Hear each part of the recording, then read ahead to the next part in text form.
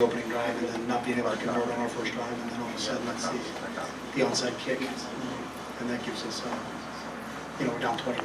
I thought our guys battled back. I thought they did a really good job, but we put ourselves in too big a hole to start the game. Continues to struggle. In your opinion, what does it do to execution, coaching, scheme? No, I mean, we lost a couple kids today. We lost Martin Andrus actually in pregame warm-ups. So we were depleted on the defensive line. Elijah Wade didn't play today. Lost Chris Barnes early.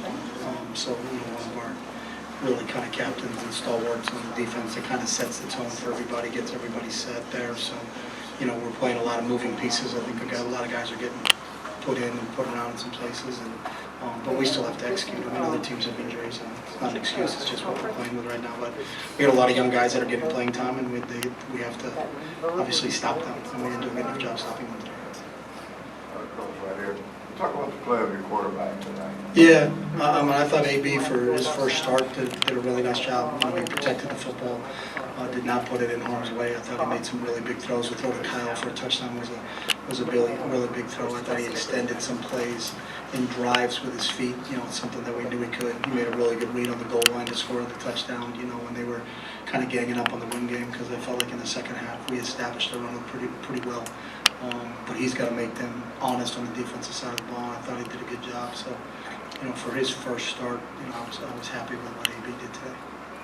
How do you kind of rally the guys going forward? You're 1-5, same record as last year, but it felt like this time last year you were more on an upward trajectory. And yeah, we don't talk about last year, Ben. So 48, 50 of these guys weren't even here last year, so we don't talk about that. We have an open day coming up. I think part of it is trying to heal up. Who's going to be available for us. We've got. Do have some key figures that have been out for a little bit. The Theo Howard's too late. You lose Chris Barnes. You lost Martin Andrus. Elijah Wade didn't play, as I said. So we've got to see who's available to us. Part of this week we'll see what's available, and then it's a little bit shorter by because we play Stanford on the following Thursday. So we'll be out 2 days this week, trying to improve just fundamentals and base, finding out from the trainers and the doctors of who's going to be available, and then putting together a game plan to get ready to go play Stanford.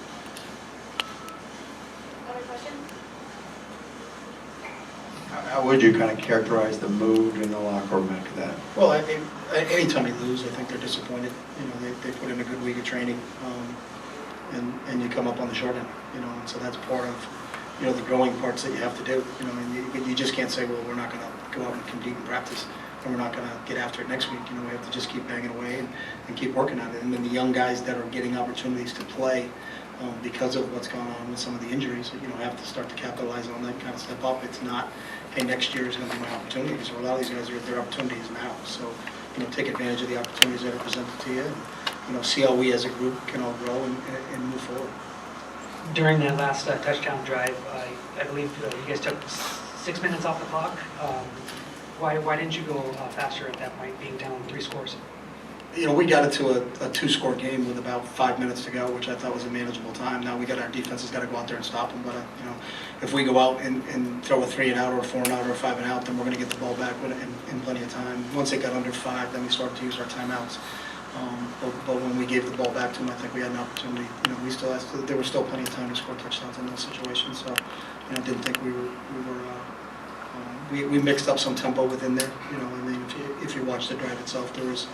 Kyle made a big play on a catch on a big tempo play, and sometimes you got to make sure you're in the right looks, because you just go fast and don't block anybody. That doesn't hurt you either. So, I thought our guys did a good job and scored with ample enough time, because then we ended up being down 2 scores, and there was ample enough time. But now we got to go out on the field and get a stop, and we didn't get a stop. And that's where I think obviously was the issue at the end there in the fourth quarter.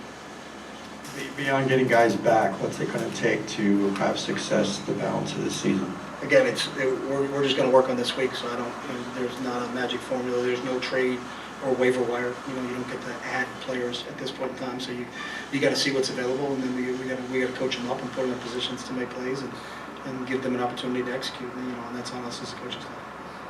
The X's and O's on and off or on the field. But what would you say to the fan base that seems pretty dissatisfied with the on-field product right now? Yeah, we have to play better. We understand that. We have to execute, and we have to play better. And there's no one more disappointed than we are right now. So I think that's part of part of the process, and we have to work through it. You know, and when you're a young team, you're going to make mistakes, but we don't make excuses for those. We have to, you know, how do we teach from those situations, and how do we grow as a group? What have your conversations with Jerry Adenaro been? You haven't really been able to stop any team this year.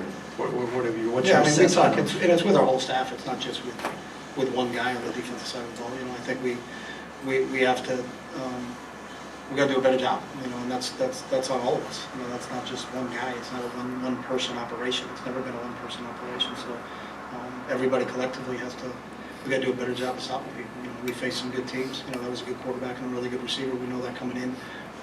You know, they did it to everybody else they played, but we got to stop people on the defense side of the ball, there's no question. Thanks, Coach. Thank you.